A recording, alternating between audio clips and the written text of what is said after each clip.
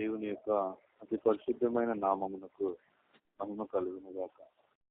దేవుడు మనల్ని ప్రేమించి అనుగ్రహించిన సమయము కొరకు స్తోత్రించదము. స్తోత్రం స్తోత్రం స్తోత్రం స్తోత్రం. తన యొక్క వాక్యముతో మనతో మాట్లాడినట్లుగా స్తోత్రించదము.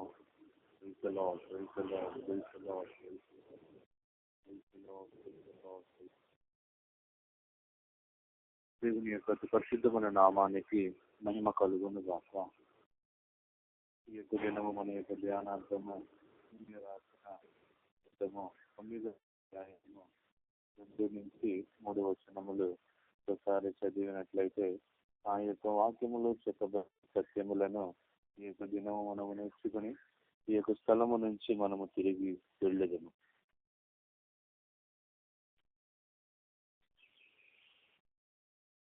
మరియు వారు ఒక జాము సేపు తామున్న చోటనే నిలబడి తమ దేవుడైన యెహోవా ధర్మశాస్త్ర గ్రంథమును చదువుచు వచ్చింది. ఒక జాము సేపు తమ పాపములను ఒప్పుకొనుచు దేవుడైన యెహోవాకు నమస్కారము చేసి వచ్చిరి.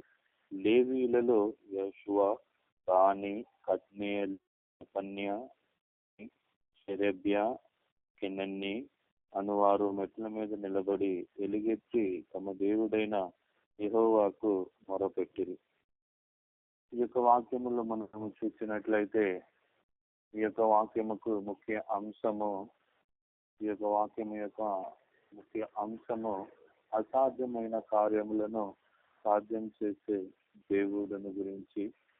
మన యొక్క జీవితంలో కూడా ఈ యొక్క దినాల్లో అనేక విధములైన కార్యములు మానవుడికి సాధ్యమే కానివి ఎదుర్కొనటంను మనం ఈ యొక్క దినాల్లో చూడవచ్చు. ఏ విధముగా అయితే ఆ కాలములో అసాధ్యమైన కార్యములను సాధ్యపరిచిన విధమును మనం అన్నట్లయితే అది మనకు ఒక ఆసక్తికరమైన ఒక అనుభవాన్ని నేర్పిస్తుంది. దేవుని యొక్క పరిశుద్ధ నామానికి మహిమ కలుగును గాక. మన జీవితంలో అసాధ్యమైన కార్యము సాధ్యము అవ్వాలి అంటే అలనాడు నెహెమ్యా కాలములో ఏ విధముగా అయితే నెహెమ్యాతో ఉన్న ఇజ్రాయేలీలు కొన్ని కార్యములు వారు చేసి ఉన్నారు. ఆ కార్యములను మనము కూడా ఈ యొక్క దినాల్లో చేసినట్లయితే మన యొక్క కుటుంబంలో కానివ్వండి, మన యొక్క సంఘములో కానివ్వండి, మన యొక్క పని స్థలములో కానివ్వండి, అసాధ్యమైన కార్యములను సుసాధ్యము చేసి ఆయన శక్తివంతుడుగా ఉన్నాడు. ఈ యొక్క దినము కూడా మీ జీవితంలో ఏవైనా అసాధ్యమైన కార్యములు ఉన్నది అని మీరు తలంచుకున్నట్లయితే ఆలను సాధ్యపరచడానికి దేవుడి యొక్క వాక్యము ద్వారా మాట్లాడుతున్నాడు. దేవుని యొక్క పరిశుద్ధ నామానికి మహిమ కలుగును గాక. ముఖ్యముగా మన జీవితంలో అసాధ్యమైనది సాధ్యం అవ్వాలి అంటే ఇక్కడ మీరు చేసి మనము చేస్తే వారి జీవితంలో ఏ విధముగా అయితే 52 రోజుల్లో పడిపోయిన యెరూషలేము యొక్క ప్రాకారములను తిరిగి కట్టి ఉన్నాయో అదే విధముగా అసాధ్యమైన మన యొక్క జీవితంలో ఉండే కార్యములను సుసాధ్యముగా మార్చడానికి ఆయన శక్తివంతుడై ఉన్నాడు. మొట్టమొదటిగా వీరి యొక్క జీవితంలో అసాధ్యమైనది సాధ్యముగా చేయడానికి వీరు ఈ యొక్క 2-3 వాక్యముల్లో చదివినట్లయితే ఒక 3 విశేషమైన అనుభవములను మనం చూడవచ్చును. మొట్టమొదటిగా వీరు అన్ని జనుల నుండి ప్రత్యేకింపబడిన వారుగా కనబడుతున్నారు. మన జీవితంలో అసాధ్యమైన కార్యములు సాధ్యం అవ్వాలి అంటే ఈ యొక్క జనులు ఈ యొక్క లేవీయుల వలె ఒక అన్ని జనుల నుండి ప్రత్యేకింపబడిన ఒక జీవితము మనము జీవించవలసిన వారముగా కనబడాలి. రెండవదిగా వచనములు మనము చూసినట్లయితే వీరు ధర్మశాస్త్రాన్ని చదివే వారుగా కనబడుతున్నారు. ధర్మశాస్త్రం అనగా ఇప్పుడు మన చేతుల్లో ఉండే వేదవాక్యం, ఇంకా చెప్పాలి అంటే బైబిల్ మనము ఎంతగా చదువుతామో అంతగా ఈ యొక్క భూమిలో మనకంటూ సాధ్యం కానిది ఏది ఉండదు. అసాధ్యం కానిది ఏది ఉండదు. అందుకనే ఎంతో మంది పేరు ప్రఖ్యాతిగాంచిన శాస్త్రవేత్తలను మనం చూసినట్లయితే వారి యొక్క జీవితంలో ఇది సాధ్యం కానిది కూడా సాధ్యమయ్యేలాగా చూపించడానికి కారణం ఏంటంటే బైబులే. ఇప్పుడు ఈ విమానం కనిపెట్టిన వ్యక్తే కానివ్వండి, లేనట్లయితే ఇంకా రాకెట్స్ కనిపెట్టిన వ్యక్తే కానివ్వండి, వెలుగును ఆ యొక్క లైట్ ను కనిపెట్టిన ఎడిసన్ కానివ్వండి, ఇప్పుడు మనమందరము వారు ఇప్పుడు కొన్ని అనుభవించుతున్న పరిజ్ఞానక సాంకేతిక వస్తువులను కనిపెట్టిన వారందరూ బైబిల్ చదివిన వారే. అసాధ్యమా ఇది ఇది ఎలాగ సాధ్యమని మనం అనుకున్నప్పుడు వారు బైబిల్ చదివి సాధ్యం చేసినట్లుగా మనం చరిత్రలో కొంతమంది చూడవచ్చు. మూడవదిగా మనము చూసినట్లయితే ఇక్కడ వారి యొక్క పాపములను వారు ఒప్పుకుంటున్నారు. ఎప్పుడైతే మనము మన యొక్క పాపములను ఒప్పుకుంటున్నామో అప్పుడే మన యొక్క జీవితంలో మనకంటూ అసాధ్యము కాని కార్యములను దేవుడు సాధ్యం చేస్తాడు. దేవుని యొక్క పరిశుద్ధమైన నామానికి మహిమ కలుగును గాక. ఈ యొక్క దినాల్లో అనేక విధములైన మార్గం వెళుతున్నప్పటికీ వారి యొక్క జీవితంలో అనేకమైన అపజయాలు పొందుకుంటున్నారు. ఇది నా వల్ల కాదు, ఈ యొక్క కుటుంబ జీవితాన్ని నేను జీవించలేను, ఈ యొక్క విశ్వాస జీవితంలో నేను ముందుకు నడవలేను, నాకు మరణమే శరణ్యం అనుకుంటున్న వ్యక్తులు ఎంతో మంది ఈ యొక్క భూమిలో ఉన్నారు. అటువంటి పరిస్థితిలో ఈ యొక్క దినాల్లో ఎవరైనా కనబడినట్లయితే మీతో ఆత్మదేవుడు మాట్లాడుతున్నాడు. ఏ విధముగా అయితే నెహెమ్యా కాలములో వారు చేసిన 3 కార్యములను మీరు కూడా చేసినట్లయితే వారికి సుసాధ్యంగా చేసిన అసాధ్యమైన కార్యాలను వారి జీవితంలో సాధ్యం చేసిన దేవుడు మీ జీవితంలో కూడా సాధ్యం చేయడానికి శక్తివంతుడిగా ఉన్నాడు. దేవుని యొక్క పరిశుద్ధమైన నామానికి మహిమ కలుగును గాక. మనకు ఇటువంటి యొక్క కార్యములను చేసినప్పటికీ అన్ని జనుల నుంచి ప్రత్యేకించి అనగా కీర్తనలో మనము చదువుతున్నాము. ఈ యొక్క ప్రత్యేకింపబడిన 45వ కీర్తన 10వ చూసినట్లయితే భక్తుడైన దావీదు కొన్ని మాటలు చెప్తున్నాడు. కుమారి ఆలకించి చెవియొగ్గుము, నీ స్వజనమును నీ తండ్రి ఇంటిని మరువుము. ఈ రాజు నీ ప్రభువు, అతడు నీ సౌందర్యమును కోరినవాడు. ఇది ప్రత్యేకింపబడిన జీవితం. ఇంకా ఈ యొక్క అన్యజనుల నుంచి ప్రత్యేకింపబడిన దానియేలును కూడా మనం చూస్తున్నాం. దానియేలు కూడా ప్రత్యేకింపబడిన వాడుగా ఉన్నాడు కాబట్టి అసాధ్యం సింహముల యొక్క నోటి నుంచి తప్పించుకుండటం అన్నది అది ఒక అసాధ్యమైన కార్యమే. అయినప్పటికీ అసాధ్యమైన కార్యాన్ని దానియేలు సుసాధ్యముగా మార్చింది ప్రత్యేకింపబడిన జీవితము. ఎలాగ చెప్పవచ్చునంటే అతనికంటూ ఒక రాజు నియమించిన ఆ యొక్క ఆహారము ద్వారా తన్ను అపవిత్రపరచుకోకూడదని తాను నిర్ణయించుకున్నాడు. ఎలాగైనా ఈ యొక్క ద్రాక్షారసము, ఈ యొక్క ఆహారం అన్నది నన్ను అపవిత్రపరుస్తుంది కాబట్టి దీని నుంచి నేను ప్రత్యేకంగా ఉండాలని ఒక తీర్మానం తీసుకున్నాడు. కాబట్టి అసాధ్యమైన రాజుకు వచ్చిన దర్శనం కూడా ఎవరూ చెప్పలేని పరిస్థితి, అది ఎవరికి సాధ్యము కాదని కూడా చెప్తున్నారు. అయినప్పటికీ దానియేలు దాన్ని సుసాధ్యంగా మార్చి ఉన్నాడు. దీనికి కారణం ఒక ప్రత్యేకింపబడిన జీవితము. తర్వాత ధర్మశాస్త్రము చదివే ఒక అనుభవము. కీర్తన మొదటి కీర్తనలో మనం చదువుతున్నాము. భక్తుడైన దావీదు చెబుతున్నాడు బైబుల్ చదువుట వలన కలిగే లాభాలు. ఈ దినాల్లో అనేకులు దేవుని యొక్క వాక్యాన్ని చదవలేని వారుగా కనబడుతున్నారు. ఎవరైతే దేవుని వాక్యాన్ని చదువుతారో వారు మాత్రమే అసాధ్యమైన కార్యాలను సుసాధ్యముగా సులువుగా అసాధ్యమైన కార్యాలను సాధ్యమని చూపించి అతడు నీటి కాలువలో ఎవరైనా నాటబడిన వాడై ఆకు వాడక తన కాలమందు ఫలమిచ్చి చెట్టు వల్లే ఉండును. అతడు చేయునదంతయు సఫలమగును. అంటే ఒక పని మనం చేసిన, ఒక కార్యము మనము చేసిన అది సఫలం అవ్వాలి అంటే మనము దేవుని యొక్క వాక్యాన్ని దివారాత్రములను ధ్యానించాలి. దేవుని యొక్క ఈ యొక్క ఇశ్రాయేలీయులు ఈ యొక్క పడిపోయిన యెరూషలేము ప్రాకారాన్ని కట్టడానికి కూడా వీరు బైబిల్ చదివారు. నేస్తమా, నీవు ఎన్నాడు ఈ యొక్క దినము ఈ రోజుకి ఎంతసేపు నువ్వు దేవుని యొక్క వాక్యాన్ని చదువుతున్నావు, ఎంతసేపు దేవుని యొక్క వాక్యాన్ని వింటున్నావు.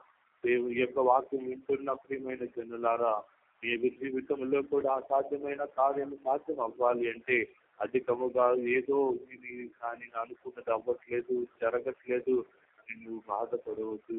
దేవుడు ఆయనకు అసాధ్యమైనది ఏదీ లేదు. ఆయనకు అసాధ్యమైనది ఏదీ లేదు. కాబట్టి ఈ జీవితంలో అది సుసాధ్యముగా ఉండాలి అంటే, సుసాధ్యము అవ్వాలి అంటే దేవుని యొక్క వాక్యాన్ని చదవాలి.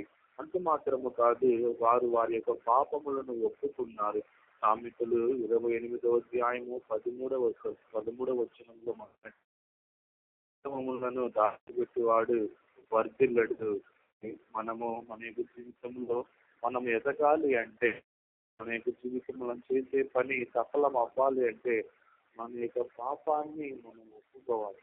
దేవుని యొక్క పరిశుద్ధమైన నామానికి మహిమ కలుగును గాక. అంతే మాత్రం కాదు, వీరి యొక్క జీవితంలో వీరు 3 కార్యాలు చేసినంత మాత్రాన వారికి అసాధ్యం ఉండదండి. వీరికి ఎప్పుడు వారి జీవితంలో సాధ్యం అవుతుందంటే వీరికంటూ లేవీలు తోడుగా ఉండాలి. 7 విధములైన లేవీలు వీరికి తోడుగా ఉంటేనే ఆ యొక్క పడిపోయిన ప్రకారం అదొక అసాధ్యమైన కార్యం. అసాధ్యమైన కార్యము మన జీవితం మన సంఘములో ఉండాలి అంటే సంఘములో 7 విధములైన లేవీలుగా ఉండే సేవకులు మనకు ఉండాలి. ఈ 3 చేస్తున్నారు. చాలా మంది అన్ని జనుల నుండి ప్రత్యేకించబడతారు, బైబుల్ చదువుతారు, పాపములు ఒప్పుకుంటారు. అయినప్పటికీ వారి జీవితంలో కొన్ని కార్యాలనేవి సాధ్యం అవ్వట్ల. కారణము వారికంటూ లేవీలు తోడుగా ఉండలేకపోతున్నారు. ఈ యొక్క లేవీల గురించి చెప్పడానికి వీరు ఎలా అసాధ్యమైన కార్యాన్ని వీరికి మార్చాడు అంటే దాన్ని తెలుసుకోవడానికి ముందుగా ఈ యొక్క యెరూషలేము గురించి, పతనమైపోయిన యెరూషలేము గురించి చరిత్ర మనము చాలా చక్కగా చెప్పుతున్నది. కాబట్టి మనం ఆ యొక్క చరిత్రను తెలుసుకోవట ఎంతో మిక్కిలి అవసరమైనది. దేవుని యొక్క పరిశుద్ధమైన నామానికి మహిమ కలుగును గాక. యెరూషలేమును గురించి చెప్పాలంటే దీనికి క్రీస్తు పూర్వము 400-500 సంవత్సరాల కాల చరిత్ర దీనికి ఉంది. ఈ యొక్క యెరూషలేము అనేది ఆ కాలంలోనే పాత పురాతనమైన ఒక పట్టణముగాను ఒక నగరముగాను ప్రస్తావించబడుచున్నది. దేవుని యొక్క పరిశుద్ధమైన నామానికి మహిమ కలుగును గాక. ఈ యొక్క యెరూషలేము అనేది 2 సార్లు నాశనం చేయబడినది. ఈ యొక్క యెరూషలేము అనేది 52 సార్లు దాడి చేయబడింది. ఈ యొక్క యెరూషలేము 23 సార్లు శత్రువుల చేత ముట్టడి వేయబడింది. 44 సార్లు శత్రువుల నుంచి వీళ్ళు తిరిగి స్వాధీనం చేసుకున్నారు. అంత మాత్రం కాదు, ఈ యొక్క యెరూషలేము అనేది బబులోను రాజుగా ఉంది. బబులోను రాజైన నెబుకద్నెజరు వలన ఈ యొక్క యెరూషలేము పాడైపోయింది. ఈ యొక్క యెరూషలేము మీదకి దండయాత్రకు వచ్చిన బబులోను రాజైన నెబుకద్నెజరు ఏం చేశాడంటే ఈ యొక్క యెరూషలేములో ఉండే దేవాలయాన్ని పాడు చేశాడు. యెరూషలేములో ఉండే అంతఃపురాలను పాడు చేశాడు. యెరూషలేములో ఉండే రాజులు ఉపయోగించిన కొన్ని సంస్థానాలను ధ్వంసం చేసి దేవాలయంలో ఉండే వస్తువులను అన్నిటిని దొంగిలించుకొని ఆ యొక్క చెరగా తీసుకుని వెళ్ళిపోయిన వ్యక్తి ఈ యొక్క నెబుకద్నెజరు. ఇటువంటి పట్టణం అన్నది ఆ యొక్క యెరూషలేము పట్టణం అన్నది జెరుబ్బాబెలు కాలంలో జెరుబ్బాబెలు కాలంలో ఆ యొక్క పడిపోయిన ఆ యొక్క పాడైపోయిన యెరూషలేము పట్టణాన్ని కట్టబడింది. దేవాలయం తిరిగి కట్టారు. ఈ యొక్క తర్వాత కొంచెంగా ఆ మందిరాన్ని కట్టడం, పాడైపోయిన అన్ని శిథిలమైపోయిన తీసేయటం అనేది జరిగింది. పట్టణం అనేది పాడైపోయిన తర్వాత చాలా కష్టం,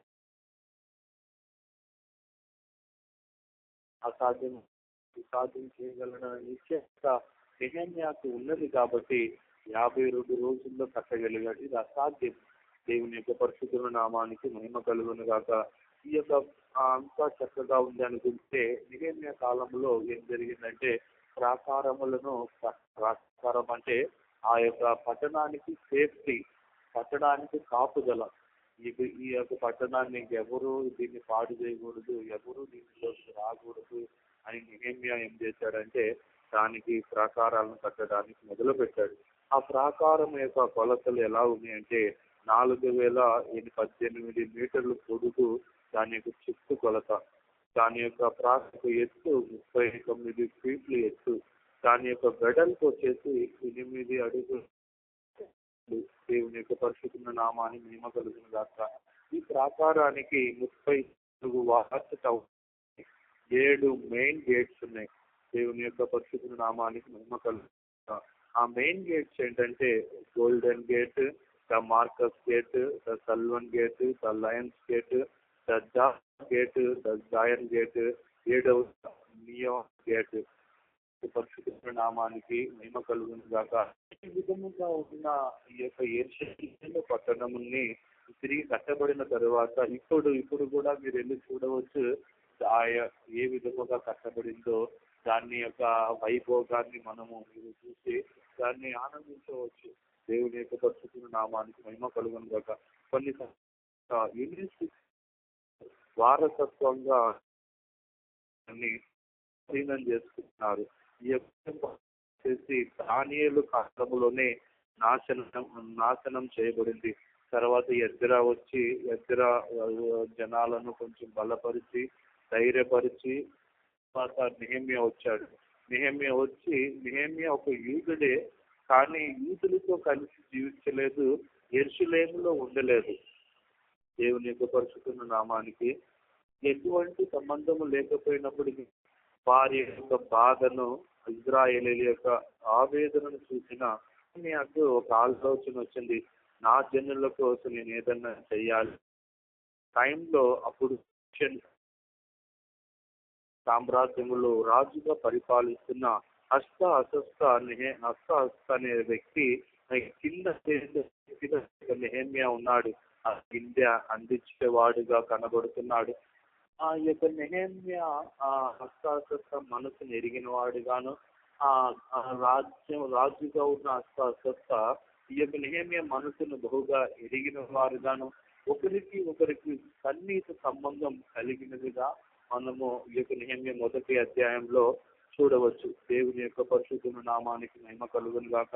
అతడు ఒక దినమందు దుఃఖముతో ఉండుట ఆ యొక్క హస్త గమనించి నువ్వు ఎందుకు దుఃఖముగా ఉన్నావని అడిగినప్పుడు, నా యొక్క పూర్వీకుల పట్టణం పాడైపోతే నాకు సంతోషంగా ఉంటుందా అన్న మాట నిన్నది హస్తాన్ని బాగా నొప్పించింది. ఎలాగైనా అని చెప్పి కొన్ని దినాల తర్వాత అతనికి గవర్నర్ గా యూదా దేశానికి పరిశుద్ధమైన నామానికి గాక అక్కడికి వెళ్ళి తన యొక్క జనులను పురిగొల్పి వారికి ప్రోత్సాహం తీసుకొచ్చి వారిని ధైర్యపరిచాడు. జనులారా, ఈ యొక్క మాటలు నేను ఎందుకు చెప్పుచున్నాను అంటే, అసలు అసాధ్యమైన కార్యము మన జీవితంలో సాధ్యం అవుతుందా లేదా అని తెలుసుకోవాలంటే నెహెమ్యా కాలంలో అసాధ్యమైన కార్యం మనకు ఫస్ట్ తెలిస్తే మన జీవితంలో ఈ కార్యం జరుగునవుద్దని మనము గ్రహించుకోగలము. దేవుని యొక్క పరిశుద్ధమైన నామానికి మహిమ కలుగును గాక. ఈ విధంగా వెళ్ళి జనులతో నిబంధన చేపించి జనులను ప్రోత్సాహపరిచి ఎంతగానో చేసినప్పటికీ అక్కడ విరోధంగా ఒక 3 వ్యక్తులు నెహెమ్యాకు లేచి ఉన్నారు. వారే టోబియా, సబ్బన్నట్లు షెకెం. ఈ 3 వ్యక్తులు లేచి పరిహాసం చేసి ఎంతగానో చేసి ఉన్నారు. ఏది ఏమైనప్పటికీ నెహెమ్యా 7 సార్లు ప్రార్థించిన దేవుని యొక్క పరిశుద్ధ నామానికి మహిమ కలుగునుగాక.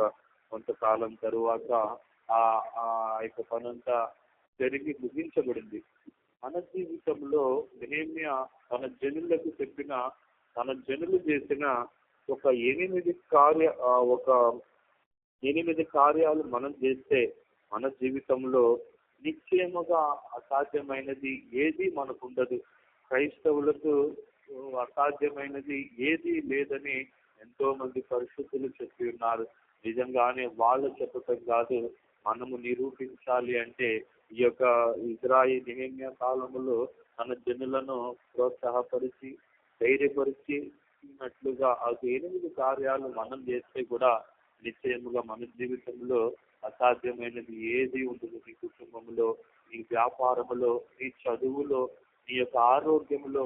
వైద్యులు ఈ యొక్క వ్యాధి స్వస్థపరచుట అసాధ్యము, మేము ఏమీ చేయలేమని మీకు చెప్పి ఉండవచ్చు. దేవుని జనమా, ఒకటి మాత్రం నిత్యం, మన ఆయనను నమ్మిన వారు ఎన్నడూ సిగ్గునందరు అంటే ఒక పని చేస్తే దాంట్లో ఇది ఇంపాసిబుల్ అని కాదు, ఇది పాసిబుల్. నిజంగానే పాసిబుల్ అని చూపించడానికే ఈ రోజు దేవుడు నీతో యొక్క మాట మాట్లాడుతున్నాడు. వింటున్న నీవు నీ యొక్క జీవితాన్ని, నీ కుటుంబాన్ని, సంఘాన్ని మార్చే యొక్క శక్తి నీలో ఉన్నది, నాలో ఉన్నది. ఆ యొక్క నెహెమ్యా యొక్క ఉన్న జనులు చేసిన పనిని మనము కూడా ఈ యొక్క దినాల్లో చేయవలను. దేవుని యొక్క పరిశుద్ధ నామానికి మహిమ కలుగును గాక. ప్రత్యేకించబడినంత మాత్రాన సాధ్యం అవ్వదు. బైబుల్ చదివినంత మాత్రాన అవ్వదు. పాపములు ఒప్పుకున్నంత మాత్రాన సరిపోదండి. దాని కింద బైబుల్ ప్రత్యేకింపబడిన తరువాత, బైబుల్ చదివిన తరువాత, పాపం ఒప్పుకున్న తరువాత ఎలాగ జీవించారో చెప్పబడే కార్యాలే ఈ యొక్క 8 మంది. నిజంగా అన్య జనులలో నుంచి ప్రత్యేకింపబడిన వాడుగా ఉన్నట్లయితే, బైబుల్ చదివే వ్యక్తిగా కనబడితే, ఒప్పుకున్న వాడు అయితే, ఆ వారు చేసిన 8 కార్యాలు ఇక్కడ వాక్యం వింటున్న నీకు నేను చేసినప్పుడే మనలో ఒక సాధ్యమైన కార్యం సాధ్యమవుతుంది. దేవుని యొక్క పరిశుద్ధ నామానికి మహిమ కలుగును గాక. మొట్టమొదటిగా వాళ్ళు ఏం చేశారంటే, వాళ్ళు చేసిన కార్యం ఏంటిదంటే, నెహెమ్యా 1వ అధ్యాయము 11వ వచనములో, నీ నామమును భయభక్తులతో అచ్యుతయందు ఆనంది. మనము ఆయన నామాన్ని ఘనపరిచే విషయంలో ఆనందించాలి. ఈ దినాల్లో దేవుని క్రైస్తవులుగా చెప్పుకుంటున్నారు, బైబుల్ చదువు ఒప్పుకుంటున్నారు. కానీ దేవుణ్ణి ఆనందించట్లేదు. దేవుని ఘనపరిచే విషయంలో మనం ఆనందించాలి. అంటే పాటలు పాడి మనం ఆనందించాలి, సాక్ష్యం చెప్పి మనం దేవుణ్ణి ఆనందించాలి, ఇతరులకు వాక్యము చెప్పి మనము దేవుణ్ణి ఆనందించాలి. అపోస్తుల కార్యములు 19వ అధ్యాయము 17వ వచనములో మనం చూసినట్లయితే, అక్కడ దేవుని యొక్క నామమును గురించి ఘనపరుస్తున్నట్లుగా మనం చూస్తున్నాం. 19వ అధ్యాయము 17వ వచనము. ఇక్కడ ఎఫెసీలో ఏం జరుగుతుందంటే, యేసు ప్రభు యేసు నామమున ఘనపరచబడును. ఇక్కడ ఎలాగ ఘనపరచబడింది అంటే, అంతకు ముందు పైన మనం చదివినట్లయితే, ఒక వ్యక్తి దయ్యం పట్టిన వారిని ఒక అధిపతి యొక్క పిల్లలు, యూదుడైన సెక్వాయాను యొక్క కుమారులు ఏం చేస్తున్నారంటే, స్వస్థపరచడానికి, వాళ్ళు దెయ్యాలు వదలగొట్టడానికి ఊరికే వచ్చి చేతులు పెట్టి ప్రార్థన చేస్తున్నారు. ఈ విధంగా చేసినప్పుడు ఆ దయ్యం ఏమంటదంటే, నేను పౌలును ఎరుగుదును, యేసును ఎరుగుదును, మీరెవరు?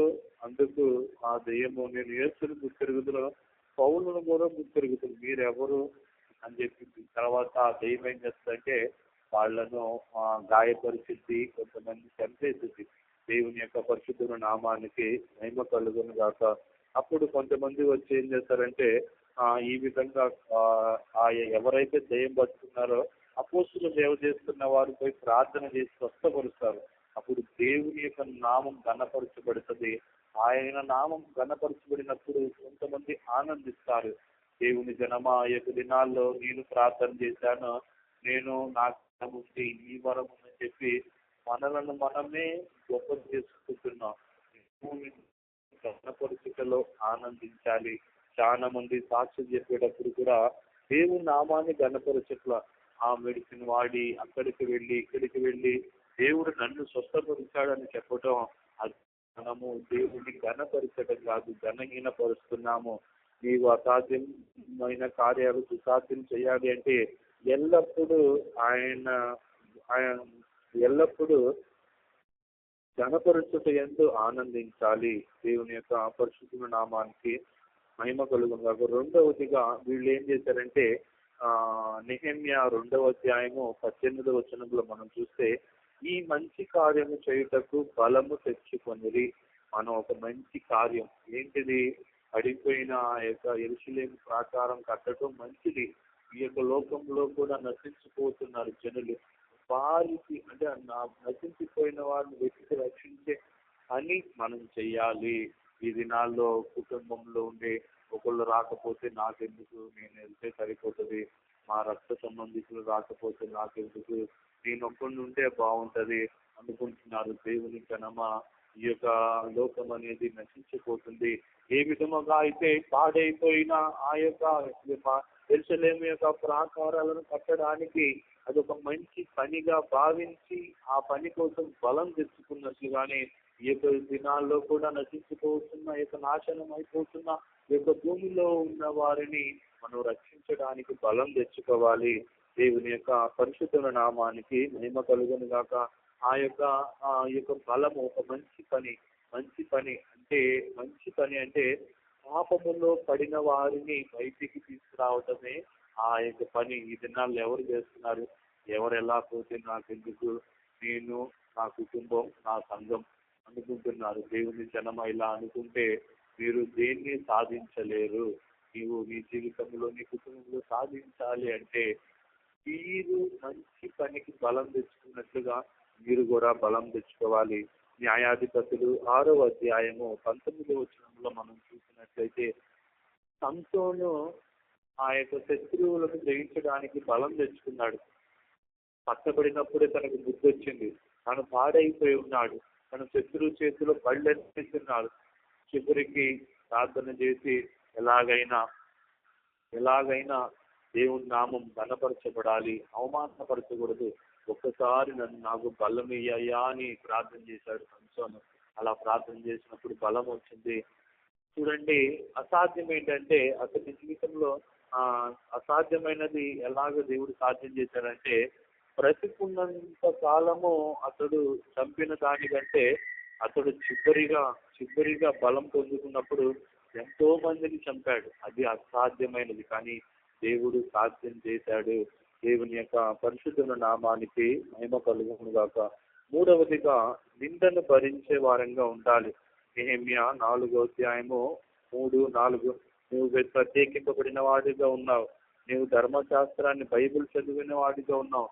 పాపాన్ని ఒప్పుకున్న వాడిగా ఉంటే ఇతరులు నీ మీద నిందించినప్పుడు, నీ మీద అవమానం చేసినప్పుడు నీవు నన్ను వాళ్ళు అంటున్నారు, నన్ను వీళ్ళు అంటున్నారని నువ్వు బాధపడవద్దు, దిగులు పడవద్దు.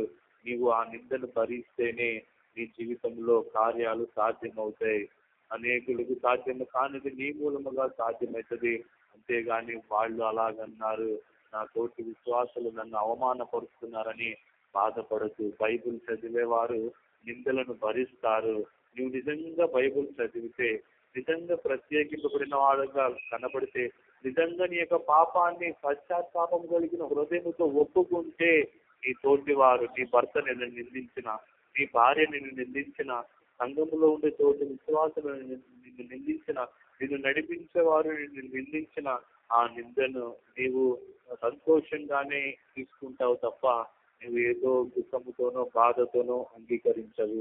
దేవుని యొక్క పరిశుద్ధ నామానికి మహిమ కలుగును గాక. బైబిల్లో కూడా నిందను భరించిన ఒక వ్యక్తి మోషే.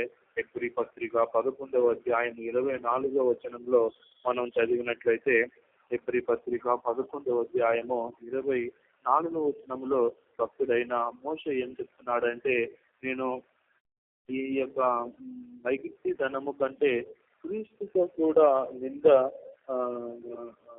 ఈ విశ్వాసమును బట్టి ఐగుప్తీ ధనము కంటే క్రీస్తు విషయమై నింద గొప్ప భాగ్యమును ఎంచుకొని అల్పకాల పాపభోగం అనుభవించుట కంటే దేవుని ప్రజలతో శ్రమ అనుభవించుట మేలని ఎంచుకొనెను.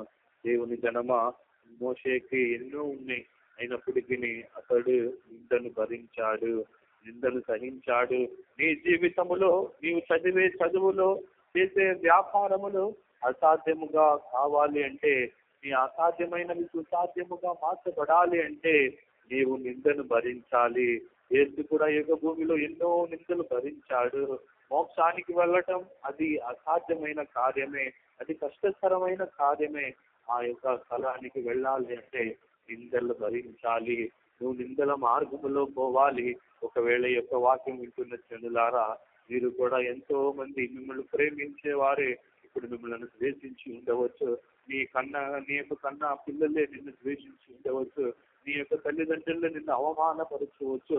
పట్టుకున్న భర్తే నిన్ను నిందించి ఉండవచ్చు. ఆ నిందను నువ్వు భరించు, ఆ నిందను నువ్వు సహించు. అప్పుడే దేవుడు నీ జీవితంలో అసాధ్యమైన కార్యాలు సాధ్యం చేస్తాడు. నాలుగవదిగా, మీకు యెరూషలేములో ఉండే జనులు వారు చేసిన పని ఏంటంటే, వాళ్ళు రాత్రి పగళ్ళు కావలి ఉన్నారు. నెహెమ్యా 4:9 చూసినట్లయితే మనము అర్థం చేసుకోవచ్చు. వీళ్ళు నాలుగవ పని ఏం చేశారంటే రాత్రి పగళ్ళు కావలి ఉన్నారు. దేవుని యొక్క పరిశుద్ధ నామానికి మహిమ కలుగును గాక. అవును, ఈ యొక్క అనుభవం మనలో ఉండాలి. ఈ కావలి కాయటం అంటే రాత్రి మెలకువగా ఉండి ఆ యొక్క పట్టణాన్ని, ఆ యొక్క ప్రాంతాన్ని, ఆ యొక్క ఇంటిని కాపాడే అనుభవం. ఎవరైతే ఈ యొక్క 3 అనుభవాలు అన్ని జనుల నుండి బైబిల్ వారుగా ఉండి పాపాన్ని ఒప్పుకుంటారో వాళ్ళు ఆ యొక్క కాపలా కాసే వాచ్మెన్స్ గా కావలి వారుగా కనబడతారు. యెహెజ్కేలు 3:17 అక్కడ యెరూషలేమును గురించి నేను కాపలా కాసే వ్యక్తిగా ఉంచుతున్నాను అని మనం చదువుతున్నాం. యెహెజ్కేలు 3:17 అవును, మనము రాత్రి కాలం ముందు మెలకువగా ఉండి ప్రార్థన చేసే వారంగా కనబడాలి. ఎవరైతే రాత్రి కాలం ముందు మెలకువగా ఉండి ప్రార్థన చేస్తారో వారి జీవితంలోనే అసాధ్యమైనవి సాధ్యం అవుతాయి.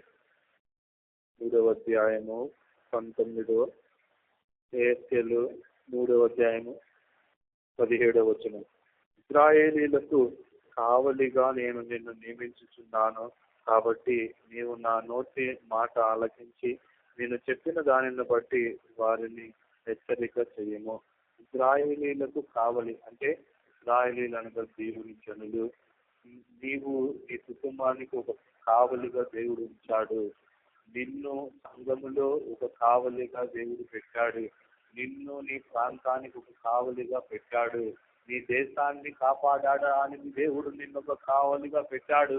నువ్వు అనుకోవచ్చు, ఈ యొక్క దేశాన్ని కాపాడటం అది ఎలాగ సాధ్యమవుతుంది, ఈ దేశాన్ని రక్షించడం నా వల్ల సాధ్యం కాదు, ఇది ఒక అసాధ్యమైన కార్యమే అని తలంచుకున్న ప్రేమైన జనులారా, నీవు కూడా ఒక అల్పుడవే ఉండవచ్చు.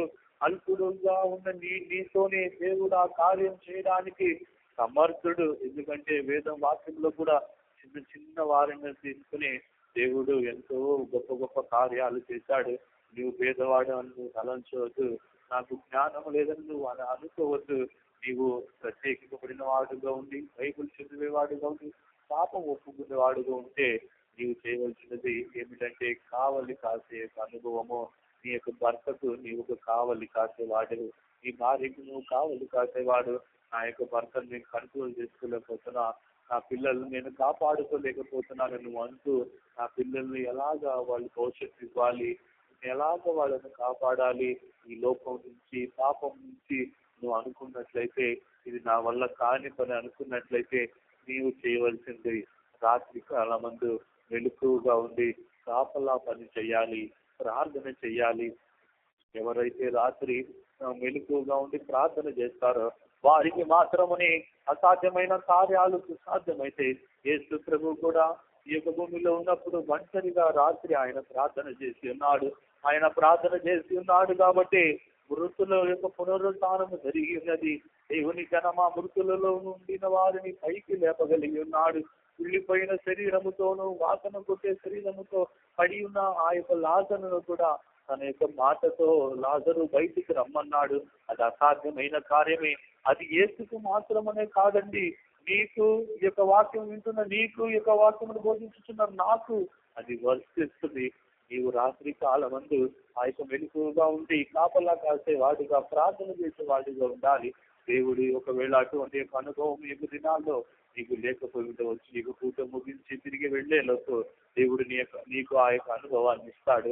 ఆ యొక్క అనుభవంతో వెళ్ళినప్పుడు అసాధ్యమైన కార్యం నీ మూలముగా సాధ్యమవుతుంది. దేవుని యొక్క పరిశుద్ధ నామానికి మేము కలుగును గాక. ఐదవదిగా వారు చేసిన పని ఏంటంటే యెహోవాను జ్ఞాపకం చేసుకొనవలెను. నెహెమ్యా 4:14 అసాధ్యమైన కార్యాలు మన జీవితంలో సాధ్యం అవ్వాలి అంటే మనం చేయాల్సింది 5వ కార్యము, యెహోవాను జ్ఞాపకం చేసుకోవాలి. దేవుణ్ణి జ్ఞాపకం చేసుకోవాలి. ఈ దినాల్లో ఒక ఒక కార్యాన్ని సాధించినప్పుడు వాళ్ళు దేవుణ్ణి మర్చిపోతున్నారు. ఒక ఒక స్థానానికి వచ్చేటప్పుడు వాళ్ళు దేవుణ్ణి మర్చిపోతున్నారు. అంతస్తు పెరిగేటప్పుడు, చదువు పెరిగేటప్పుడు, ఆరోగ్య మంచిగా ఉన్నప్పుడు దేవుడు గుర్తుకు రావట్లేదు. దేవుని జనమా, మీరు దేవుడు చేసిన మేళ్లను మీరు మర్చిపోయి ఆయన జ్ఞాపకం చేసుకోకపోతే మీకే కష్టం. ఈ దినాల్లో అనేకులు జ్ఞాపకం మంచి ఎండింగ్ ప్రేయర్ ఏంటంటే, దేవుడు చేసిన మేళ్లను జ్ఞాపకం చేసుకుంటారని పరిశుద్ధులు నియమించారు. కానీ ఈ దినాల్లో చాలా మంది మంచి ఎండింగ్ ప్రార్థన కూడా రాలేని వారుగా కనబడుతున్నారు. దేవుని జనులారా, నీవు దేవుణ్ణి జ్ఞాపకం చేసుకోకుండా ఉన్నట్లయితే ఒక దినం వస్తుంది ఆయన నిన్ను జ్ఞాపకం చేసుకోడు. మీరెవరో నేను ఎరగనంటాడు. ఆయన తెలిసినప్పటికీ తెలియని మీరెవరు నాకు తెలియదని చెప్తాడు. అటువంటి స్థితిలోనికి మీరు పోకుండా ఉండాలంటే మనం దేవుణ్ణి జ్ఞాపకం చేసుకోవాలి. దేవుని యొక్క పరిశుద్ధ నామానికి మహిమ కలుగును గాక. న్యాయాధిపతులు 16వ అధ్యాయంలో 20వ వచనంలో మనం చూసినట్లయితే అక్కడ కొన్ని కార్యములను మనం చదువుతున్నాం. న్యాయాధిపతులు 16వ అధ్యాయము 28వ దేవుని యొక్క అపరిశుద్ధుల నామానికి మహిమ కలుగును గాక. మన శత్రువు మనకు చేసిన కీడును మనము మర్చిపోకుండా జ్ఞాపకం చేసుకుంటున్నాం. కానీ దేవుడు చేసిన మేళ్ళు, ఆదివారం ఆరాధనలో చెప్పిన ఆ యొక్క వాక్యం లేదా వాగ్దానం మనము జ్ఞాపకం చేసుకోవట్లేదండి. దేవుని జనులారా, పాత నిబంధన కాలంలోనూ ఈ యొక్క నూతన నిబంధనలో ఉండే అనేక పరిశుద్ధులు వారు జయకరముగా అసాధ్యమైనవి సాధ్యం చేయడానికి కారణం ఏంటంటే వారి వాగ్దానాన్ని వారు జ్ఞాపకం చేస్తున్నారు. న్యాయాధిపతులు 16వ అధ్యాయము 28వ వచనము. అప్పుడు ఇక్కడ సంసోను ఏమంటున్నాడంటే, దయచేసి నన్ను జ్ఞాపకము చేసుకొనుము. అప్పుడు సంసోను, యెహోవా ప్రభువా, దయచేసి నన్ను జ్ఞాపకము చేసుకొనుము దేవా, దయచేసి ఈసారి మాత్రమే నన్ను బలపరుచుము. ఇక్కడ 2 సార్లు అంటున్నాడు, నన్ను జ్ఞాపకం చేసుకో, దయచేసి నన్ను జ్ఞాపకం చేసుకో. దేవుని జనమా, నిన్ను దేవుడు జ్ఞాపకం చేసుకోవడం కాదు, నీవు దేవుణ్ణి జ్ఞాపకం చేసుకోవాలి. ఆయన మర్చిపోతే ఈ రోజు నేను భూమిలో ఉండమండి. ఆయన మర్చిపోవట్లేదు కాబట్టి కంటికి రెప్పలాగా మనల్ని కాపాడుతున్నాడు. ఆయన మనల్ని ఎన్నడూ మర్చిపోడండి. కానీ మనమే మన యొక్క జీవితంలో వచ్చే ఆ యొక్క కొన్ని కార్యాల నిమిత్తం మనం మర్చిపోతున్నాం. మనకు అన్ని ఆశీర్వాదాలు, అన్ని వసతులు ఎక్కువైనప్పుడు మనం దేవుణ్ణి మర్చిపోతున్నాము. కాబట్టి మన దేవుడు మనలను మర్చిపోడు. ఆయన జ్ఞాపకం చేసుకునే ఉంటాడు. ఆయన మనలను జ్ఞాపకము చేసుకోనట్లయితే మనం సజీవ లెక్కలోనే ఉండము. ఆయన షడ్రక్ మేషక్ అబేద్నెగోను జ్ఞాపకం చేసుకున్నాడు కాబట్టి వాళ్ళకి అగ్నిలో వెళ్ళిన వాళ్ళు అగ్ని వారిని కాల్చలేదు. దేవుడు మనల్ని జ్ఞాపకం చేసుకోవటం కాదు విషయం, మనము ఆయనను జ్ఞాపకం చేసుకోవాలి. మనము ఆయనను జ్ఞాపకం చేసుకున్నప్పుడే ఎవరైతే దేవుని జ్ఞాపకం చేసుకుంటారో వారే అసాధ్యమైన కార్యాలను సాధ్యం చేస్తారు. ఈ దినం నీవు ఒక తీర్మానం తీసుకో, దేవా నిన్ను మర్చిపోను దేవా, నీవు చేసిన కార్యాలను మర్చిపోను దేవా, నిన్ను ఎల్లప్పుడూ జ్ఞాపకం చేసుకుంటాను దేవా. ఇశ్రాయేలీయులకు తన యొక్క తల్లిదండ్రులతో చెప్తున్నాడు మోషే తన యొక్క సంగతులు ఆ యొక్క ఇశ్రాయేలుకి ఈ విధంగా చెప్తున్నాడు, మీ పిల్లలకు వీటిని నేర్పించి వాళ్ళు కూర్చున్నప్పుడు, లేచినప్పుడు, వాళ్ళు నడిచినప్పుడు, వాళ్ళు పడుకున్నప్పుడు ఈ కార్యాలు వారికి నేర్పించండి, దేవుని జ్ఞాపకం చేసుకోండి అని. దేవుని జనమా, మీరు కూడా ఈ జ్ఞాపకం చేసుకోవడానికి కొన్ని కృతజ్ఞత కూటములు జరిగింపబడుతున్నది. కాబట్టి దేవుని జ్ఞాపకం చేసుకుని అతనికి వచ్చింది. దేవుని యొక్క పరిశుద్ధ నామానికి మహిమ కలుగును గాక. దేవుణ్ణి మర్చిపోయావా, దేవుడు నిన్ను మర్చిపోతాడు. ఆయన నిన్ను మర్చిపోతే నీవేమీ చేయలేవు, నీ వల్ల ఏమీ కాదు. కాబట్టి నీ వల్ల నీవు అన్ని కార్యాలు సాధ్యం చేయాలంటే ఎల్లప్పుడూ జ్ఞాపకం చేసుకోవాలి. ఆరవదిగా వాళ్ళు చేసిన ఆరవ పని ఏంటంటే పని చేశారు, ఆయుధాలు కూడా మోచారు. నెహెమ్యా 4వ అధ్యాయము 16వ వచనం. నెహెమ్యా 4వ అధ్యాయము 16వ వచనం. ఇక్కడ మనం చదివినట్లయితే వీళ్ళు పని చేస్తున్నారు, ఆయుధాలు మోస్తున్నారు. అంటే ఇది దేన్ని చూపిస్తుంది? ఆత్మీయంగా ఈ యొక్క భూమిలో మనం ఉద్యోగం చేసుకోవాలి, అదే విధంగా ఆత్మీయ కార్యాలను కూడా మనం అలవాటు చేసుకోవాలి. చాలా మంది ఏం చేస్తారంటే మాకు సేవకులకి ఏం పని ఉంది, వాళ్ళకి ఏం పని లేదు కదా, మాకేమి ఉద్యోగాలకు వెళ్ళాలి, పిల్లల్ని చూసుకోవాలి, వాళ్ళకి అన్ని చేయాలి, మరి ఆ పని చేయాలి, ఈ ప్రార్థన ఇవన్నీ బైబిల్ చదవాలని మీరు అనుకోవచ్చు. అసాధ్యమైన కార్యము నీ జీవితంలో సాధ్యం అవ్వాలి అంటే అలాంటి వాళ్ళు పనులు చేస్తూనే కొన్ని ఆయుధాలు మోసారు. ఈ యొక్క ఆయుధాలు అనగా ఏమిటంటే ఆత్మీయంగా కొన్ని కొన్ని కార్యాలు, ఆత్మీయమైన కార్యాలు. ఎఫెసీ 6వ అధ్యాయము 14 నుంచి ఎఫెసీ 6వ అధ్యాయము 14 నుంచి 16 వచనములు మనం చదివినట్లయితే అక్కడ కొన్ని ఆయుధాలు ఉన్నట్లుగా మనం చదువుతున్నాం. ఆ యొక్క ఆయుధాలను మనం ఈ భూమిలో మొయ్యాలి, మోస్తూనే మన సొంత పని చేయాలి. నీ వ్యాపారం చేయాలి, అలాగే ఈ ఆయుధాలను మొయ్యాలి. నీ ఉద్యోగం చేయాలి, అలాగే ఈ ఆయుధాలను మొయ్యాలి. నీ పిల్లలను పెంచాలి, పోషించాలి, చదివించాలి, అదే సమయంలో కూడా ఈ ఆయుధాలను మొయ్యాలి. ఈ ఆయుధం నీ దగ్గర లేకపోతే ఆ పని నీ వల్ల కాదు, నీవు సాధ్యపరచలేవు. దేవుని యొక్క పరిశుద్ధ నామానికి మహిమ కలుగునుగాక. ఎఫెసీ 6:14-17 వచనాలు. అక్కడ సత్యం అనే దట్టి కట్టుకొని నీతి అనే మైమరుపు తొడుచుకోవాలి. పాదములకు సమాధానము సువార్తలను సిద్ధ మనసు తొడుగుకొని నిలబడి ఇవన్నీ కాక విశ్వాసం అన్న డాలు పట్టుకొనిడి, దానితో మీరు దుష్టుని జ్ఞానములన్నిటినీ ఆర్పుటకు శక్తివంతులు అవుదురు. మరియు రక్షణను శిరస్త్రాణమును దేవుని వాక్యమును ఆత్మ సత్యమును ధరించుకున్నది. ఎవరైతే ఈ సమాధానమని, నీతి అని, తర్వాత సిద్ధ మనసనే యొక్క అనుభవం, తర్వాత విశ్వాసమును డాలు, తర్వాత ఈ ఈ ఆయుధాలు మన దగ్గర ఉన్నప్పుడే దుష్టుని జయిస్తారు. దేవుని యొక్క పరిశుద్ధ నామానికి మహిమ కలుగును గాక. దుష్టుని జయించడం అదొక అసాధ్యం. యేసు కల్వారిలో సాతాను యొక్క తలను చిత్తకు తొక్కాడు. ఇప్పుడు సాతాను ఏం చేస్తున్నాడు? తన యొక్క తోకతో పని చేస్తున్నాడు. ఆ యొక్క తోక అనేది మనకంటే బలమైనది. అటువంటి యొక్క బలమైన తోకను బలహీనపరచాలి అంటే మీ శరీర సంబంధంగా అక్షరానుసారంగా భూమిలో జీవిస్తూనే ఆత్మీయమైన కార్యములు చేసినప్పుడే, ఈ యొక్క ఆయుధాలు ధరించుకున్నప్పుడే నీవు నీ యొక్క జీవితంలో సాతాన్ని నువ్వు జయించగలవు, సాతాన్ని ఓడించగలవు.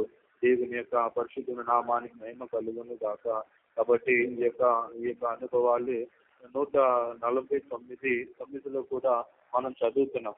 మనం అక్కడ ఏం చదువుతున్నామంటే అక్కడ వారి చేతిలో ఒక ఖడ్గం ఉంది. ఖడ్గం అంటే దేవుని వాక్యం ఉంది.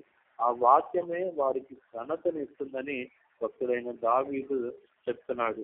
విధింపబడిన తీర్పు వారి మీద నడుపుటకును వారి చేతిలో 2 అంచెల ఖడ్గం ఉన్నది. ఆయన భక్తులందరికీ ఘనత అదే.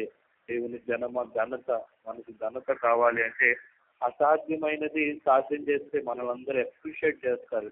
ఇది ఇంపాసిబుల్ ని పాసిబుల్ చేసిన వాళ్ళని లోకం మెచ్చుద్ది. లోకం కాదండి, దేవుడు మెచ్చుతాడు. దేవుడు మెచ్చుతాడు. దేవుడు ఎప్పుడు మెచ్చుతాడు? ఎవరి చేతులు అయితే ఈ యొక్క వాక్యం అనే ఖడ్గం ఉంటుందో ఆ ఖడ్గాన్ని పట్టుకొని వాళ్ళు ముందుకు వెళ్తారో వాళ్ళే అన్ని కార్యాలు సాధ్యం చేస్తారు. ఈ యొక్క పాత పూర్వంలో నోబెల్ ప్రైజ్ తీసుకున్న వాళ్ళందరూ చాలా మంది సైంటిస్టులతో సహా వాళ్ళు బైబిల్ చదివే, విమానం కనిపెట్టిన వ్యక్తి బైబిల్ చదివిన వ్యక్తే, లైట్ అని కనిపెట్టిన వ్యక్తి బైబిల్ చదివిన వ్యక్తే, ఇంకా చాలా మంది ప్రింటింగ్ మిషన్ కనిపెట్టిన వ్యక్తి బైబిల్ చదివిన వ్యక్తే, ఇంకా చెప్పుకుంటూ పోతే ఎంతో మంది ఉన్నారు. అసాధ్యమైనది బైబిల్ ద్వారా దేవుని యొక్క వాక్యాన్ని చదివి పనిచేస్తుంటూనే చదువుతున్నారు. కాబట్టి దయచేసి మీ ఉద్యోగాలని, మీ పనులని, వ్యాపారం అని దేవుని యొక్క వాక్యాన్ని నిర్లక్ష్యం చేయొద్దు. దాన్ని చదవకుండా అలాగా అల్మార్లో పెట్టద్దండి. అది ఉండవలసిందే అల్మార్లో కాదండి, అది మీ యొక్క హృదయంలో ఉండాలి. ఎవరి హృదయంలో అయితే దేవుని యొక్క వాక్యం ఉంటుందో వారే నూరింతలుగా ఫలిస్తారు. దేవుడు నిన్ను నూరింతలుగా ఫలించాలని ఈ యొక్క వాక్యం మీతో మాట్లాడుతున్నాడు. దేవుని యొక్క పరిశుద్ధ నామానికి మహిమ కలుగును గాక. 7వదిగా వారు ఏం చేశారంటే పని యందు ప్రయాసపడతారు. పని యందు కష్టపడాలి, ప్రయాసపడాలి. కొంతమంది ఏం పని ఇది? ఇది లోకంలో పని చేయాలి, అలాగే దైవికమైన సంఘములో కొన్ని పనులు ఉన్నాయి, కొన్ని సేవలు. ఆ సేవల్లో కూడా పాల్గొండాలి. సండే స్కూల్ సేవని, ఏరియా సేవని, తర్వాత వంట డ్యూటీ అని, తర్వాత కొంచెం పైసలు క్లీన్ చేసే ఇదంతా పనిలో ప్రయాసపడాలి. వాళ్ళే చేసుకోవాలి, వీళ్ళే చేసుకోవాలని ఏ ఒక్కరూ తలంచకూడదు. ఎవరైతే పనిలో ప్రయాస పడతారో, నెహెమ్యా 4వ అధ్యాయము 21 వారు బట్టలు కూడా ఇచ్చుకోకుండానే వాళ్ళున్న బట్టలతోనే వాళ్ళు పని చేశారు. నెహెమ్యా 4:21 మనం చదువుతున్నాం చూడండి. అంటే వాళ్ళు ఎంతగా ప్రయాసపడ్డారు. పాడైపోయిన తమ యొక్క ప్రకారాలను కట్టుకోవడానికి వారు ప్రయాసపడ్డారు. నీవు దేవుని కోసం ఏం ప్రయాసపడుతున్నావు? నశించిపోతున్న జనుల కోసం నువ్వు ప్రయాసపడుతున్నావా? ఎవరెలా నీ యొక్క రక్త సంబంధికుల కోసం ప్రయాస పడుతున్నావా? వ్యాధితో ఉన్న వారి కోసం ప్రయాస పడుతున్నావా? పలు విధములైన బంధకములతో బంధించబడిన వారు కష్టాలు చూసి నీకు ఒక ప్రయాసం ఉందా? వారిని విడిపించడానికి మనం ప్రయాసపడాలి. నశించిపోతున్న వారిని రక్షించడానికి మనం ప్రయాసపడాలి. దేవుని యొక్క సేవ ఆశీర్వదించబడడానికి మనం ప్రయాసపడాలి. దేవుని యొక్క పరిశుద్ధ నామానికి మహిమ కలుగును గాక. హబక్కూకు 2వ అధ్యాయము 13వ వచనంలో మనము ఈ విధంగా చదువుతున్నాం. హబక్కూకు 2వ అధ్యాయము 13వ వచనంలో అక్కడ ప్రయాసమును గురించి చెప్పబడుతుంది. దేవుని జనములారా 2వ అధ్యాయము 13వ వచనము, జనులు ప్రయాసపడుతురు గాని అగ్ని పాలవుతురు. అంటే ఈ యొక్క ప్రయాస అనేది ఎక్కడ చేస్తున్నారు? వ్యాపారంలో నైట్ అండ్ డే కష్టపడుతున్నారు. వాళ్ళ యొక్క బిజినెస్ లో, ఉద్యోగంలో ఈ విధంగా కష్టపడితే అగ్ని పాలైపోతారు. అగ్ని అనగా నరకం. నరకానికి అంటే నేను కష్టపడద్దని చెప్పట్లేదు. అదే నువ్వు బయట ఎంత కష్టపడుతున్నావు, దైవికమైన కార్యములు కూడా నువ్వు అంతే కష్టపడినప్పుడే ఈ జీవితంలో దేవుడు అసాధ్యమైనవి సాధ్యం చేస్తాడు, సాధ్యపరుస్తాడు. దేవుని యొక్క పరిశుద్ధ నామానికి మహిమ కలుగును గాక. ఆదికాండము 3వ అధ్యాయము 17వ వచనంలో కూడా ఇక్కడ ఈ యొక్క ప్రయాసపడి నువ్వేం చేస్తావు? బ్రతుకుతావని ఈ యొక్క పంటను తింటావు. అవ్వ చేసిన ఒక తప్పు. అవ్వ దేనికోసం ప్రయాసపడితే ఈ లోకంలో ఉండే ఆహారం తినాలి, మంచిగా ఉండాలి అనుకోవడానికి ప్రయాసపడ్డారు. నేను అందంగా ఉండాలి, నా పేరు మంచి. దేవుని జనమా, మనం ప్రయాసపడాల్సింది పేరు కోసం కాదు, మనం ప్రయాసపడాల్సింది స్థానం కోసం కాదు, మనం ప్రయాసపడాల్సింది దేవుని కోసం, మనం ప్రయాసపడాల్సింది దేవుని జనుల కోసం. ఎవరైతే దేవుని కోసం, దేవుని జనుల కోసం ప్రయాసపడతారో వారే అసాధ్యమైన కార్యాలు సాధ్యం చేస్తారు. వారి మూలంగానే ఆ దేవుడు సాధ్యపరుస్తాడు. దేవుని యొక్క పరిశుద్ధమైన నామానికి మహిమ కలుగును గాక. అంత మాత్రం కాదు, ఈ విధముగా ప్రేమ కలిగి ఉండటంలో మనం ప్రయాసపడాలి. 1 కొరింథీ 14వ అధ్యాయం 1వ వచనం, దేంట్లో ప్రేమ కలిగి ఉండటంలో ప్రయాసపడాలి. ఒకరితో ఒకరు ప్రేమగా ఉండాలి. సంఘంలో ఉండే విశ్వాసులతో ప్రేమగా ఉండాలి. కొత్తగా వచ్చే వారితో ప్రేమగా ఉండేట్లు ప్రయాసపడాలి. చాలా మంది పైకి మాత్రం ప్రేమగా ఉన్నట్టు నటిస్తారు. నటించే జీవితం దేవుడు అంగీకరించడు. వేషధారి నువ్వు ఎందాక ఉంటావు, నువ్వు పో అని దేవుడు చెప్తున్నాడు. వేషధారిగా ఉండొచ్చు. ప్రేమను కలిగి ఉండేట్లో ప్రయాసపడాలి. తర్వాత ప్రేమను పొందుటకు, తర్వాత బుద్ధి చెప్పుటలో ప్రయాసపడాలి. 1 దశలోనిక 5వ అధ్యాయము 12, బుద్ధి చెప్పుటలో ప్రయాసపడాలి. చాలా మంది నువ్వేం చెప్పేది, ఒకళ్ళు మీకు బోధిస్తున్నారా, అది వినండి, అది మీకు మంచిది. ఆ బోధ మీరు వింటే మీరు అసాధ్యమైన కార్యాలు సుసాధ్యంగా చేయగలరు. మీరు మాకేంటి చెప్పేది అని దయచేసి అలా చేయద్దు. ఒకవేళ చిన్నవారి ద్వారా పెద్దవారికి దేవుడు పెట్టి వారికి బోధించవచ్చు. నువ్వు చిన్నవాడివి, నువ్వు ఎలాగా అని దయచేసి అలాగనకండి. దేవుని యొక్క పరిశుద్ధ నామానికి మహిమ కలుగును గాక. ప్రేమ కలుగుందులో ప్రయాసపడాలి, బుద్ధి చెప్పుటలో ప్రయాసపడాలి. ఎనిమిదవదిగా మనము అప్పు చేయకూడదు. ఎవరైతే అప్పు చేయకుండా జీవిస్తారో చాలా మంది ప్రత్యేకింపబడుతున్నారు, బైబిల్ చదువుతున్నారు, పాపాలు ఒప్పుకుంటున్నారు, కానీ తిరిగి ఏం చేస్తున్నారు? అప్పు చేస్తున్నారు. అప్పు చేస్తే నీ జీవితంలో దేన్ని సాధించలేవు. ఎవరు తెలుసా? సాధించేది, అసాధ్యమైన కార్యాలు సాధ్యంగా చేసేది అప్పు చేయకుండా విశ్వాసంతో జీవించేవారే. ఇక్కడ ఉండే ఇశ్రాయేలీలు ఏం చేశారు? అప్పు చేశారు. అప్పుడు నెహెమీయా ఏం చేస్తున్నాడు? మీరు అప్పు చేయకుండా ఉండండి, అలా ఉంటేనే మనము ఈ యొక్క పాడైపోయిన పట్టణాన్ని కట్టగలమని 5వ అధ్యాయము నెహెమీయా 5వ అధ్యాయము 12వ వచనంలో చెప్తున్నాడు. మన జీవితంలో అసాధ్యమైన కార్యాలు సాధ్యంగా ఉండాలి అంటే మనం ఏం చేయకూడదు? అప్పు చేయకూడదు. దేవుని యొక్క పరిశుద్ధ నామానికి మహిమ కలుగును గాక. 2వ రాజులు 4వ అధ్యాయంలో ఎలీషా విధవరాలతో ఒక మాట చెప్పాడు. నీ యొక్కకు ఏముందమ్మా అంటే ఇదేమున్నదని చెప్తున్నారు. అప్పు చేసే వారికి మోక్షం లేదని, అప్పు చేసేవారు రాత్రులలో ఎత్తబడలేరని అనేక పరిస్థితులు దేవుడు మనకి బోధిస్తున్నాడు. కాబట్టి నీ అప్పు చేయకుండా నువ్వు ఉండాలంటే ఆ యొక్క ఎలీషా మాట ఆమె చెప్పినట్టు వినింది కాబట్టి కొద్దిగా నూనె, ఆ కొద్దిగా నూనెని అసలు ఎన్ని కుండలంతా నింపులు, అది ఒక అసాధ్యమైన కార్యమే, కానీ ఎలీషా ద్వారా సాధ్యం. ఆమె జీవితంలో అయ్యింది కారణం ఆమె వినితి. ఈ దినాల్లో చాలా మంది దైవ సేవకులు ఎన్ని చెప్పినా కానీ వినట్లేదు. ఒక్కసారి దైవ సేవకుల యొక్క మాట ఆలకించండి. ఆ విధవరాలు ఏ విధముగా అయితే ఎలీషా మాట ఆలకించింది, అసాధ్యమైన కార్యాన్ని ఆమె జీవితంలో ఎలీషా సాధ్యమయ్యేలా జీవించాడు. కరువు కాలం అయ్యేంత వరకు ఆమె ఇంటిలో నూనె తగ్గకుండా ఆ 2 పిల్లలను పోషించింది.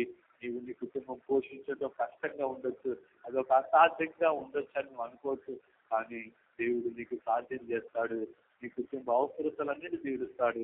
ఎప్పుడు ఆ విధవరాలు ఎలీషా మాట విన్నప్పుడు నువ్వు కూడా ఈ యొక్క మాటలు వింటున్నావు. వింటున్న నీవు ఈ యొక్క స్థలం నుంచి తిరిగి వెళ్ళేటప్పుడు ఆ యొక్క మాటను మర్చిపోవద్దు. అప్పు ఇక్కడే ఒక తీర్మానం తీసుకో. దేవుడి నీ జీవితంలో అన్ని సాధ్యం చేస్తాడు. దేవుని యొక్క పరిశుద్ధ నామానికి మహిమ కలుగును గాక. ఈ విధముగా 8 కార్యాలు చేయుట వలన వారి జీవితంలో వారు అసాధ్యమైనది 52 రోజుల్లో దాన్ని ముగించారు. ఇది ఇంపాసిబుల్ థింగ్. ఈ జీవితంలో కూడా ఇంపాసిబుల్ ని దేవుడు పాసిబుల్ చేయడానికే ఈ దినం మన మధ్యకు దిగి వచ్చిన్నాడు. నీవు విశ్వసించి ఆ మాటలు అంగీకరిస్తే దేవుడు నిశ్చయంగా నీకు సాధ్యం చేస్తాడు. ఇక్కడ 7 వ్యక్తులు ఉన్నారు. 7 వ్యక్తుల గురించి చెప్పడానికి టైం లేదు కాబట్టి ఒక్కొక్క వ్యక్తి యొక్క ఆత్మీయ అర్థం చేస్తాను చూడండి. ఈ 3 కార్యాలు వాళ్ళు చేశారు, ప్రత్యేకింపబడ్డారు, తర్వాత వాళ్ళు బైబిల్ చదివారు, పాపములు ఒప్పుకున్నారు. ఈ 3 చేసినంత మాత్రాన వాళ్ళు ఈ యొక్క జీవితంలో సాధ్యం అవ్వదు. 8 కార్యాలు చేసినా కానీ వాళ్ళకి సాధ్యం అవ్వదు. ఎప్పుడు వాళ్ళకి సాధ్యమవుతుంది తెలుసా? ఈ 3 చేసి ఈ యొక్క 8 కార్యాలు వాళ్ళు అనుభవపూర్వంగా అనుభవించి 7 లేవీలు వాళ్ళతో ఉండాలి. ఎప్పుడు ఎవరు ఉండాలి? 7 లేవీలు. వాళ్ళే యెహోషువ, బూని, కద్మియేలు, షెబన్యా, తర్వాత బాని, కెనాని, షెరెబ్యా. 7 మొరపెడుతూ ఉంటారు సంఘంలో ఉండే విశ్వాసుల గురించి. ప్రతి ఒక్క విశ్వాసికి వారి జీవితంలో అన్ని సాధ్యం అవ్వాలి అంటే ఈ యొక్క 7 వ్యక్తులు మనకు తోడుగా ఉండాలి. వెళ్ళే సంఘంలో ఈ యొక్క 7 వ్యక్తిత్వములతో కూడిన స్వభావముల గురించి దైవ సేవకులు ఉంటున్నారా లేదా అని మీరు పరిశీలించుకోండి. యేషువ అంటే నా రక్షణ. మీరు నెహెమ్యా 9వ అధ్యాయము 3వ వచనంలో చదివితే 3వ వచనంలో ఈ యొక్క 7 వ్యక్తుల గురించి చెప్పబడుతుంది. నా ఆత్మీయ అర్థం మాత్రం చెప్తాను, సమయం లేనందువల్ల మీరే గ్రహించుకుని దాని ప్రకారంగా మీరు దేవుడికి సమర్పించుకుని. యోషువ అని యెహోవా రక్షణ. భూమి అనగా నా గ్రహింపు. మనకంటూ గ్రహింపు కలిగించే వ్యక్తులు మనకు ఉండాలి. అది భూమి, ఇది లేవీలు చేసే కద్మియేలు. దేవుడు పూర్వం నుండి ఉండేవాడు అంటే ఈ యొక్క వ్యక్తి అంటే మనకు చెప్పాలి. దేవుడి గురించి చెప్పేవాళ్ళు, దైవ మర్మాల గురించి చెప్పేవాళ్ళు ఉండాలి. షెబన్యా, యెహోవా బలపరిచెను లేదా దగ్గరకు తీసుకొనను.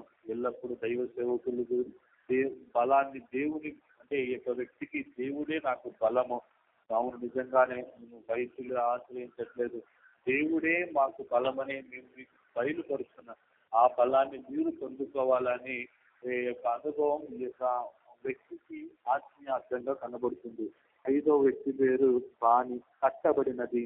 మనం ఒక మంచి ఆలయముగా కట్టబడాలి. ఎవరు మనంతట మనం కట్టబడలేము. మనం కట్టడానికి ఈ బాణి అనే లేవీయుడు మనకు కావాలి. 6వదిగా కెమీనా. స్థిరపరచువాడు ఈ యొక్క విశ్వాసం ద్వారా మనం స్థిరపరచబడాలి. ఒక వ్యక్తి మనం బోధిస్తేనే విశ్వాసం మనలోనికి వస్తుంది. ఆ యొక్క ఫిలిప్పు కూడా కందాకే మంత్రికి చెప్పాడు.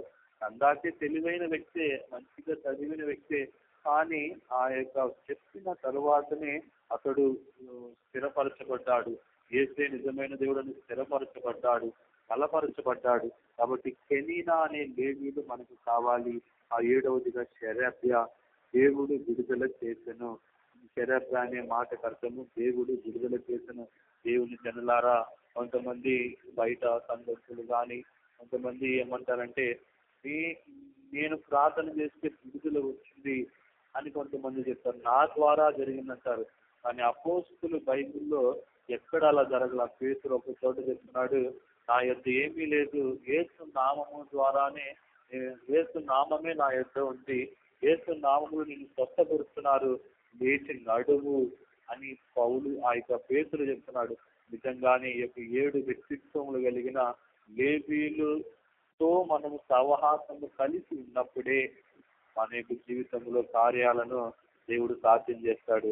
కాబట్టి ఈ యొక్క వాక్యం ఉంటున్న నీ యొక్క జీవితంలో ఒక తీర్మానం తీసుకుని నీకు స్థలాన్ని నుంచి వీళ్ళు నిత్యముగా దేవుడు యెరూషలేము ఆ యొక్క ప్రాకారాలను 52 రోజులు కట్టుట అది అసాధ్యమే.